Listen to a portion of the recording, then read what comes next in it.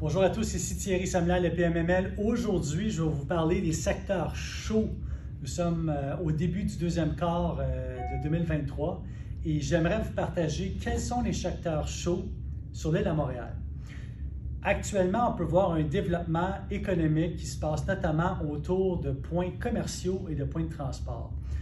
Du côté ouest de Montréal, on pense notamment à Royalmount qui est en train d'exploser du côté commercial et où tout le développement périphérique qui se passe autour de ce point de transit-là qui va se faire à travers les métros, à travers l'axe routier qui est la 40 également d'Icari, à travers le système d'autobus de surface et également tous les développements immobiliers qui se passent autour de ce point-là. On pense aussi au centre-ville, Griffintown, les développements qui se passent autour des points économiques tels que le centre-ville de Montréal et ces axes-là.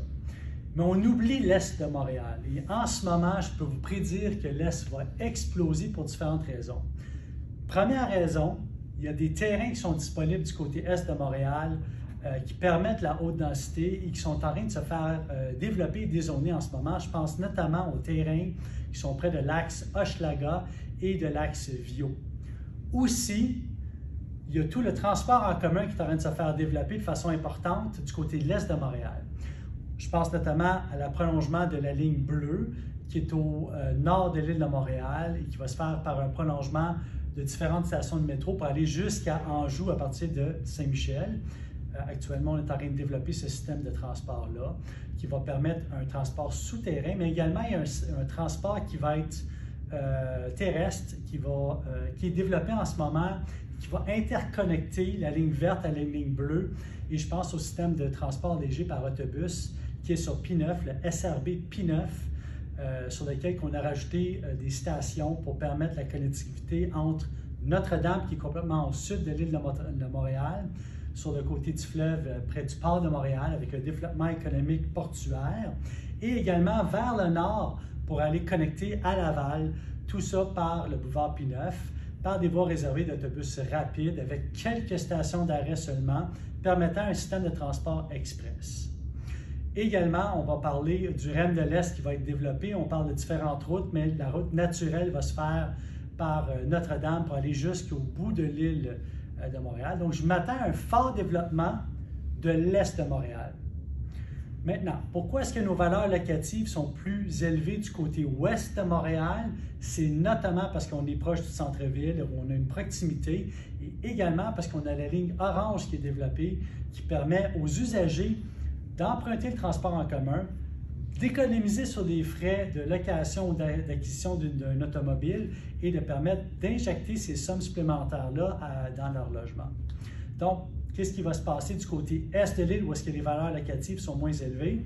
C'est simple, en mettant un système de transport en commun plus adapté, les gens vont pouvoir se déplacer plus rapidement, ne plus avoir besoin d'une voiture et pouvoir jouir d'un transport rapide au centre-ville, d'où peut-être faire transiter une population qui est de l'ouest, qui est prête à payer des loyers plus chers, mais moins chers que de ce qui se paye du côté ouest de Montréal, permettant la hausse des loyers du côté est de Montréal. Premier point. Deuxième point, regardons la valeur moyenne des propriétés multilogements du côté ouest de Montréal. Si on prend le boulevard Saint-Laurent et on sépare l'île de Montréal en deux, le prix de vente moyen d'un multilogement à l'ouest du boulevard Saint-Laurent est en moyenne à 415 000 $ par porte pour un 50 logements en montant, et du côté est du boulevard Saint-Laurent, en moyenne à 358 000 $ du prix par porte par logement.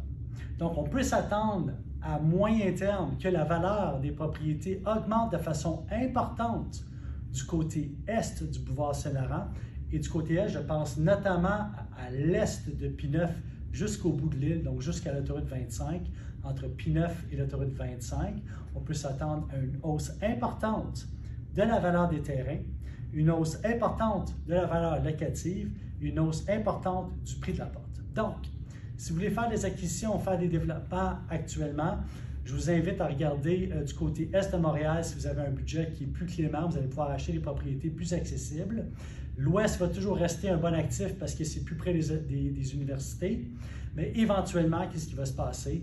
Mais notamment avec la ligne bleue et l'accessibilité à différents pavillons universitaires, mais les valeurs locatives vont également monter.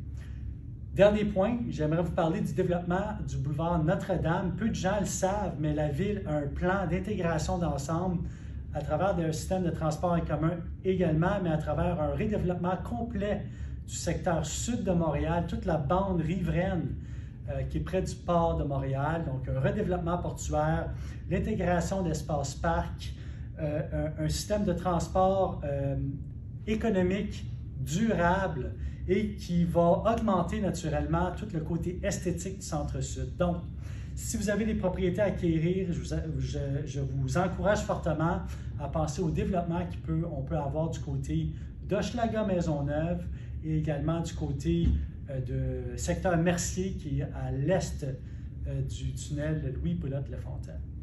Donc, en prédiction, l'Est de Montréal devrait exploser dans les prochaines années. Je vous souhaite franc succès dans vos investissements immobiliers. Achetez du terrain, achetez de l'immeuble à revenu dans ces secteurs-là. Et je suis certain que vous allez trouver que la valeur va monter à travers le temps. Là-dessus, je vous souhaite une excellente journée.